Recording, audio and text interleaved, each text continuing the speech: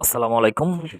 আসলে নির্বাচনী প্রচারণায় দম জমাট হয়ে উঠছে বিভিন্ন দলের প্রতিশ্রুতির মাধ্যমে। আজকে আপনাদের সাথে আলোচনা করব জামাতের কিছু প্রতিশ্রুতির সাথে বাস্তবতার কতটুক মিল আছে। আমরা এই নিয়ে একটু কথাবার্তা বলতেছি। অবশ্যই অনুষ্ঠানটি ভালো লাগলে আপনারা লাইক, কমেন্ট, শেয়ার করবেন এবং চ্যানেলটিকে সাবস্ক্রাইব করবেন। আসলে জামাতের প্রতিশ্রুতিগুলো কি?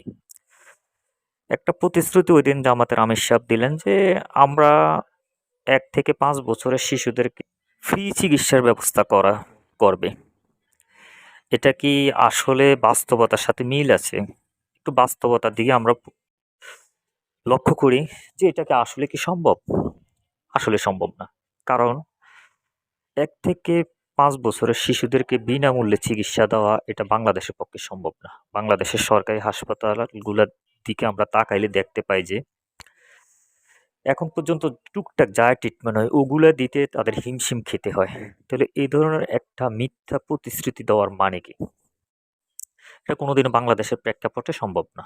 কারণ বাংলাদেশের জনসংখ্যা বেশি, চিকিৎসা ক্ষেত্রে জনবল অনেক কম।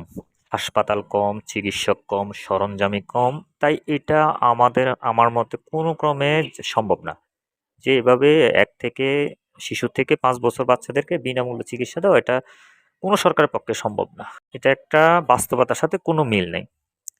আরেকটা প্রতিশ্রুতি উনি দিচ্ছেন যে ৬০ বছরের পরে বৃদ্ধদেরকেও বিনামূল্যে চিকিৎসা করবেন। এটা কি আদৌ সম্ভব?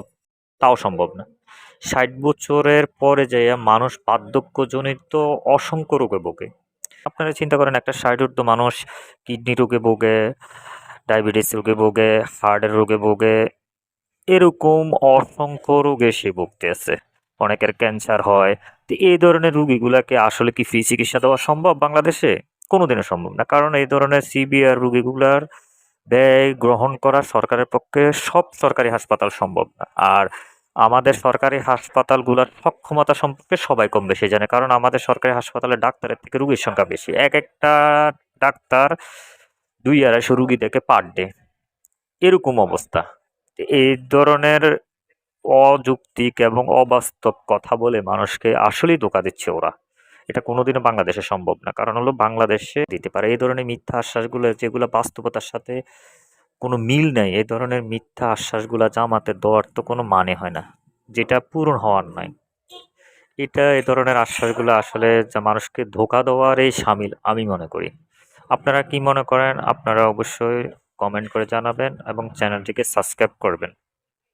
আরো কিছু প্রতিশ্রুতি দিচ্ছে ওরা, যেগুলোর সাথে বাস্তবতার কোনো মিল নাই। উনারা আরো অনেককে বলতেছেন, "আপনি জান্নাতে যেতে চান? অবশ্যই দাঁড়িপাল্লায় ভোট দিতে হবে।" আসলে কি জান্নাতের মালিক ওরা না জান্নাতের মালিক আল্লাহ? তাহলে ওরা এই ধরনের মিথ্যা এবং বানোয়াট প্রতিশ্রুতিগুলো মানুষকে কেন দিচ্ছে? ওরা তো ওরা তো ক্ষমতায় আসার আগে মানুষকে মিথ্যা প্রলোভন দেখাচ্ছে। উনি কালকে জামাতের আমির আরো একটা কথা বললেন যে আমাদের মধ্যে ইনসাফ আছে। আসলে কি আছে? ওদের মধ্যে ইনসাফ আছে?